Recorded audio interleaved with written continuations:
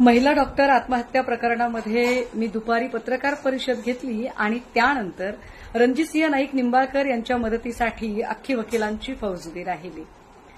त्यांनी मांडलेले मुद्दे, त्या प्रत्येक मुद्द्याचं बैजवार उत्तर मी निश्चितपणे उद्या देईन. तुर्तास एकच मुद्दा मी सांगितला पाहिजे की त्यांनी ज्या पद्धतीने एक पत्र दाखवलं पोलीस उपअधीक्षकांचं की अधीक्षकांचं, आणि त्या पत्रात ते सांगताहेत की त्यांच्यावर कुठलेही गुन्हे दाखल नाहीत. निंबाळकरजी, अहो एखाद्या पोराला साधं एखादं नॉन क्रिमिलियरचं एखादं सर्टिफिकेट आणायचं असेल, एक कॅरेक्टर सर्टिफिकेट जरी घ्यायचं असेल तर पोलीस स्टेशनला किती खेटे घालावे लागतात बरं, विचार करा.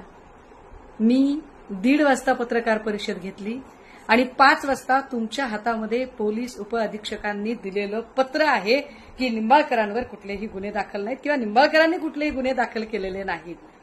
माझा आरोप तुम्हीच सिद्ध केलाय की पोलीस स्टेशन आणि अधिकारी कर्मचारी हे तुमच्या हाताखाली कसे वावरतात आणि तुम्ही कसं मॅनिप्युलेशन करता, हे तुम्हीच सिद्ध केलंय की होय अधिकारी तुमचं ऐकतात. आणि एक महत्वाची बाब, माझी इतकी बालिश बुद्धी नाहीये की स्वतः रणजितसिंह नाईक निंबाळकर तिथे बसले आणि त्यांनी गुन्हे नोंदवले, परंतु जे गुन्हे झाले, ज्या एफआयआर झाल्या त्या तुमच्या प्रभावाने झाल्या हे अजिबात नाकारता येत नाही. जयश्री अगवणे या मोकाच्या आरोपी आहेत, पण त्यांच्यावर मोका कुणी दाखल केला, कसा दाखल केला हे वेगळं सांगायला हवं का? मी त्याचेही पुरावे घेऊन येईल. आणि हो, तुम्ही जर कुठेच इंटरफेअर केला नसेल तर ईडीच्या प्रकरणात तुमच्या लेटरवरचं पत्र तिथे कसं काय पोचलं, असो ह्या सगळ्यांवर मी अजून एकदा बोलेल. पण मी 48 तासात माफी वगैरे मागितली पाहिजे, नाहीतर तुम्ही मला 50 कोट वगैरे सांगताय. मला असं वाटतंय निंबाळकर, तुम्ही तुमची संपत्ती बघून माझ्यावर हा आरोप करायचा प्रयत्न करताय. कदाचित तुमची संपत्ती 200-500 कोटी, कदाचित त्याच्यापेक्षा जास्त असेल.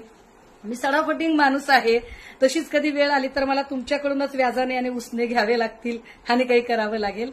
पण एक नक्की, तुमच्याकडे सत्ता असेल, संपत्ती असेल, माणसं असतील, ताकद असेल, फडणवीसांचा आशीर्वाद असेल, तुमच्याकडे सगळं आहे.